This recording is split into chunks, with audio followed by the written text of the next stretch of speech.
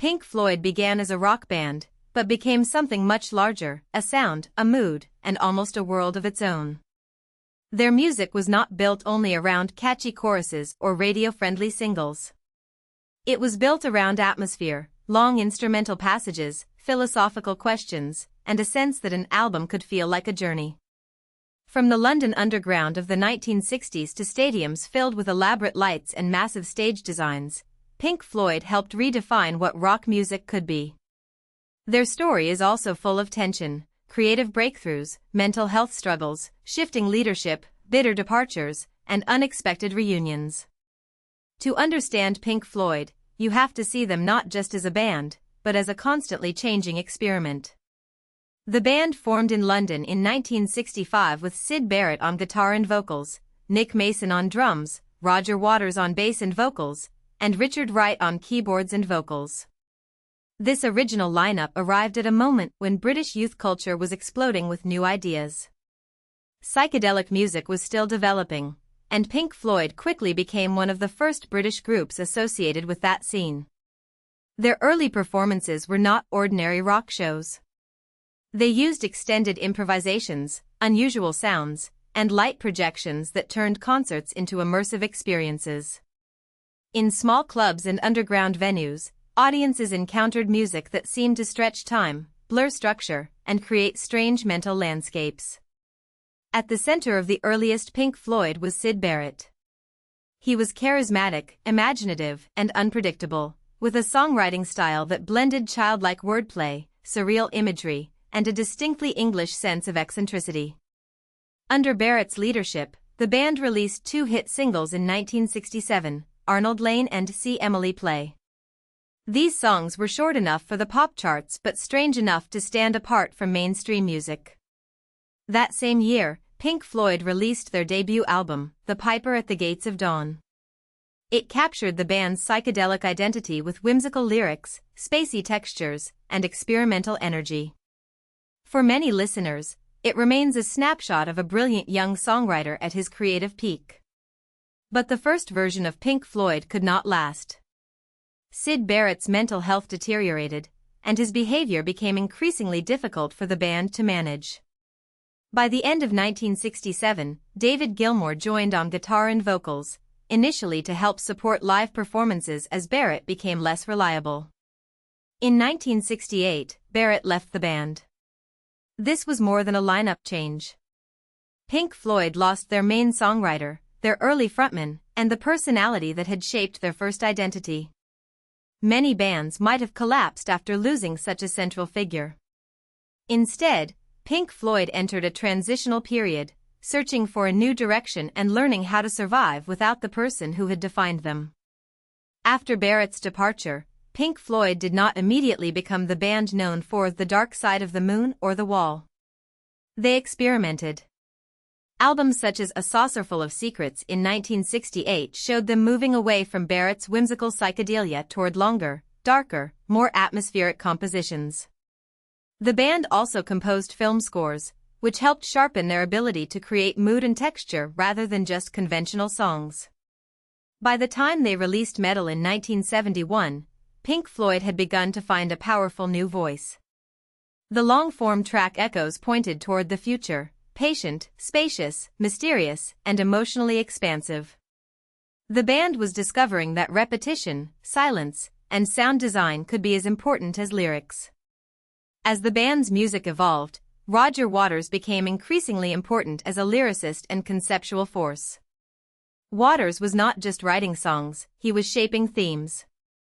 He brought in ideas about alienation, time, greed, war, madness, and the pressures of modern life.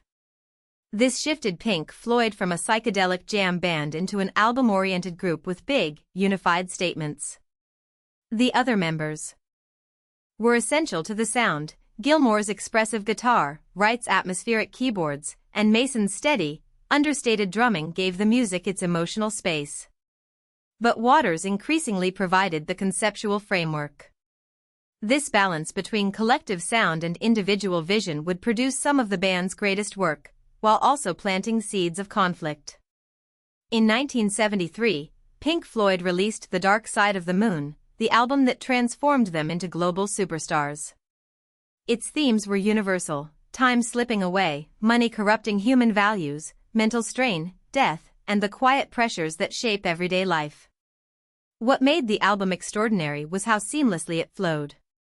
Songs, sound effects, spoken voices, and instrumental passages moved together like one continuous experience. It was ambitious but accessible, experimental but emotionally direct. Money became one of the band's best-known singles, yet the album's power came from the whole design. The Dark Side of the Moon became one of the best-selling albums of all time and was later inducted into the Grammy Hall of Fame. After that enormous success, Pink Floyd could have tried to repeat the formula. Instead, they turned inward.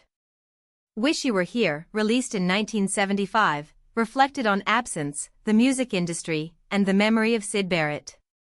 Its emotional center was the feeling of someone being present in memory but gone in reality. The album's long composition Shine On You Crazy Diamond became a tribute to Barrett, built around longing guitar lines and a slow, mournful atmosphere. It also criticized the machinery of the music business, suggesting that success could be hollow and dehumanizing.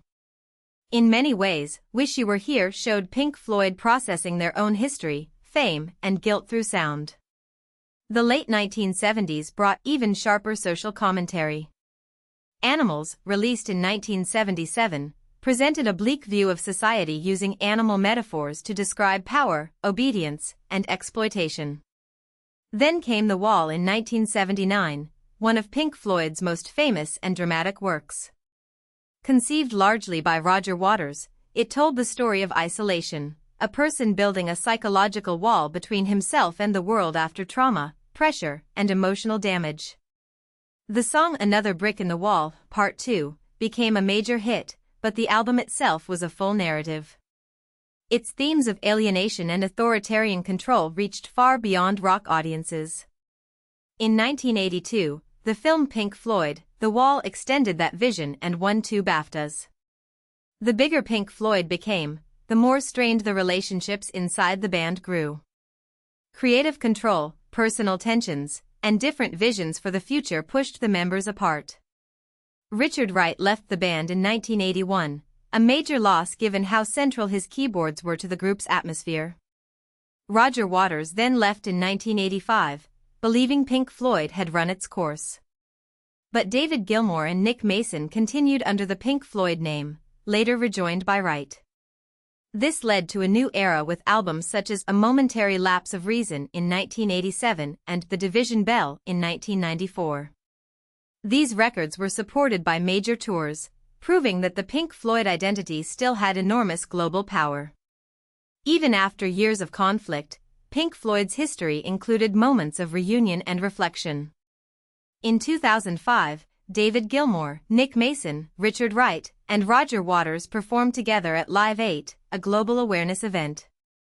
For fans, it was a rare and emotional moment, the classic lineup sharing a stage again after decades of tension. Syd Barrett died in 2006, and Richard Wright died in 2008, closing important chapters in the band's story. In 2014, Pink Floyd released The Endless River, their final studio album, built from unreleased material from the Division Bell sessions.